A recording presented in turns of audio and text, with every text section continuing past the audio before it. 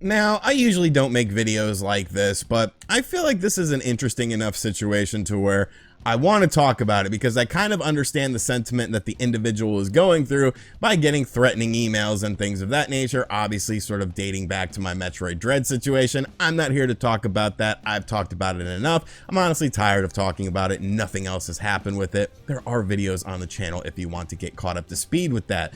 But the one thing about that was Nintendo just wanted me to take that video down because they didn't like that I got an early copy. It wasn't about the content in the video itself. It wasn't about the review itself, even though I was very positive.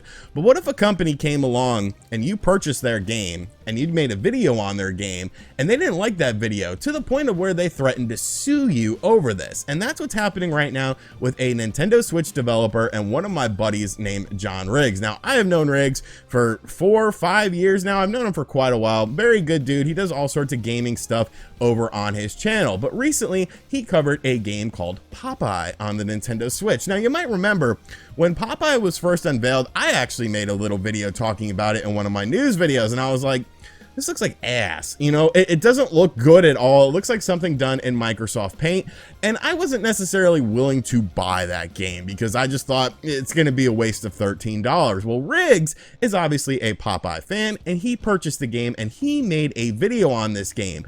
And because of that video, the developer, Sabek, actually reached out to him and threatened to sue him over slander. So this is a very interesting topic, because there's a lot of things going on with it, and it's something that I want to explore in this video, and once again kind of give you a glimpse behind the scenes when it comes to reviewing games, because I feel like there's a lot of misconceptions out there about what you can and can't do when you are reviewing a game. So if this is your first time on the channel, be sure to hit that subscribe button, like, share the video, all that crap. Make sure you check out the description box. I have links to Riggs's video and channel in the description box down below. But let's just get into this topic because there's a lot of stuff I want to cover. So like I said, John Riggs purchased Popeye. He actually got it off the Japanese eShop because he wanted to get the game early. He played the game. He made a review of the game. Now, the thumbnail for his review said, "Do not buy" on it, and he had this glorious, beautiful face on it because, in his opinion, he did not think Popeye on the Nintendo Switch was worth buying. He also titled the video that was the worst Nintendo Switch game. Once again, that's a subjective thing. You know, some people like things that other people don't like. I mean, I like games like Sonic. I don't think Sonic Forces is the worst Sonic game, yet you see constantly people making videos talking about how Sonic Forces is the worst game. And I don't even necessarily agree with everything Riggs says. Riggs enjoys the Intellivision Amico. The Amico is not for me, but that's the whole beauty of life, is that people have different opinions, and all because one person thinks one way doesn't necessarily think other people are going to go with this hive mind mentality, although the internet kind of has made this hive mind mentality. But he made this video. It did very well on his channel. And then the company, Sabek, actually reached out to him via email and threatened to sue him. Now, I talked to him before he made this follow-up video that he made today on his channel. He actually asked me for advice on what to do. And obviously, you know, my line of thinking with this was, you know, tell him to piss off. Like, you bought a game. You reviewed the game. You didn't like the game. You titled it the way you titled it. You made the thumbnail the way you made your thumbnail. Tough cookies. Like, there's nothing slanderous. And that was the term that they used, was slander, in their email. Now let's talk about reviewing a game in the first place, because like I said, I feel like there's a bunch of misconceptions when it comes to reviews, as far as what you can say, what you can't say, what you can do, what you can't do, blah, blah, blah. If you purchase a game, you could say and do whatever you want. That's just how it goes. You bought the game. You did not receive a review copy of a game. You can do whatever you want. You can show whatever you want. You can say whatever you want because you purchased this game. You gave the developer money and you're giving your critical opinion on this game. It's just like buying a CD, or, Christ, I just dated myself there. It's like buying an album off of iTunes or a movie. You know, if you buy it and you don't like it, you're allowed to say, hey, I bought this. I didn't like it. It sucks. I would recommend that you don't buy it. And if you have a following and if you have, you know, sort of a history of reviewing stuff, people will sort of, you know, tend to agree with you or disagree with you. It's really not that big of a deal. Now, if you get a review copy of a game, once again, you can pretty much say whatever you want. You're not contractually obligated to be positive all because you got a review copy of a game. I've gotten tons of review copies of games, and I've never been overly positive just because I got the review copy, because at the end of the day, the developer gave me that copy because they wanted my opinion on the game. So I'm allowed to give that. And if they don't like it, you know, that's fine. You don't have to like and agree with everyone's opinions. Not everyone is going to like everything. Not everyone is going to dislike everything. And then there is the whole sort of thing with the sponsored videos. And that's a question I get a lot about how sponsored videos work. So the way a sponsored video works is they basically give you a list of things that they want you to talk about in their video. It's not necessarily a review per se. It's more of a showing of the game and letting the viewer sort of interpret whether or not they are interested in this game. Now, I am always upfront with companies and I'm like, yo, there's a big problem with the game, you know, I'm not going to do a sponsored video on it because I'm not going to lie to people. And if I do have minor problems with the game, I'm going to talk about it in the video. And 9.9 times out of 10, the companies don't care. Sometimes I have had companies say, hey, well, we're not going to do that. And I say, oh, hey, we're not going to do a sponsored video then. It's not a big deal. But I say all that to say John Riggs purchased this game. He decided to talk about this game. And then this company, Saybeck, comes along and threatens to sue him. So you know what, Saybeck? I purchased the game. I purchased the game this morning because I wanted to check it out. And you know what? The game sucks ass. Like, it's not a good game. It is $13 on the Nintendo Switch eShop, and it is devoid of any sort of real reasoning within it. You have Brutus, as he's called in the game, even though he's known as Bluto in every Popeye thing ever, basically following you around, trying to stop you from getting Olive Oil's hearts, and then you switch it up with letters and things of that nature. Brutus, or Bluto, as he should be known. I don't understand the Brutus name. Basically, like, transforms and, like, follows you around the map. He's not scary or anything like that, but he'll be behind you and then he'll be in front of you all of a sudden. The graphics are not good. There's no sort of emotion in this game. It's obviously just a quick job with the Popeye license. And that is something I want to mention, is the Popeye license, because there's a million bad games on the Nintendo Switch eShop. A lot of games that are just created by a company with no big branding behind it. But when you get a big brand behind your thing, that sort of puts you on a bit of a higher pedestal, especially Popeye, because you got to remember,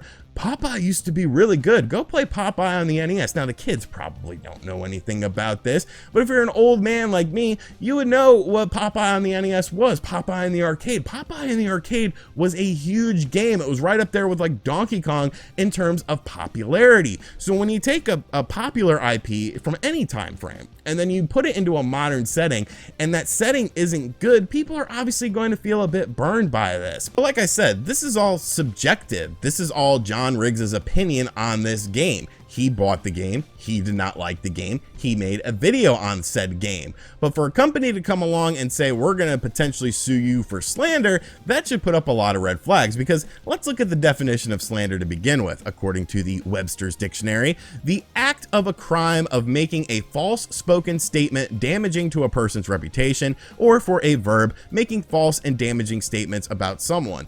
Is it really false if he feels that this game is a game you shouldn't buy? Is it really false if he feels that this is the worst game on the Nintendo Switch that he has played? No, it's subjective. It's his opinion on it. Now, I do understand that anyone can sue for anything in this day and age, but that doesn't mean it's a good thing, because essentially what you're doing is you're bringing a lot of negative publicity to yourself, because obviously people are going to talk about this. Because for all the games that I've poo-pooed on and, you know, taken a dump on, I've never had a company reach out to me and say, we don't like your video so much that we're going to sue you for slander and libel. If that was the case, then every video game would be a 10 out of 10, and we wouldn't be allowed to have opinions on it, and we wouldn't be allowed to talk about and voice our opinions in an open forum. But I thought to myself, well, who is Saybeck? You know, obviously, if they're willing to throw around potential lawsuits, they obviously have to be a very big company with an excellent pedigree of games, right? Well, let's take a look at their pedigree of games. Oh my God. This is Saybeck. This is Saybeck. I know this company well. Let's look at some of their excellent titles available.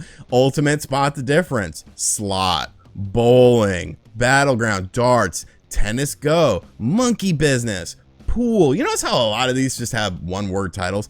Basketball, Air Hockey, Bomb, Chess, Piano. Oh, they did Piano for the Switch. Oh, they did Paint for the Switch. Oh, and Guitar, and Calculator. Calculator, the game that became a meme to where people were buying it because it was so pointless to be on the system, but they still bought it. Xylophone. Okay, so I know who this company is. They're essentially a company that probably takes asset flips. I said probably because I don't want you talking to me, because unlike John Riggs, I won't be quite as nice. But you know, this is a company that just makes cheap asset flip games according to what this is showing. A game like golf, you know, paint, chess, these little one-word titles. What's funny is there's a game on here called Zomb, and when I was researching Saybeck for this video, I found out that there's actually a glitch in Zomb on the PlayStation system, so where you cannot get the platinum trophy. There are multiple threads made about this on different internet forums, and a lot of people were sort of confused by this, and some people even said, well,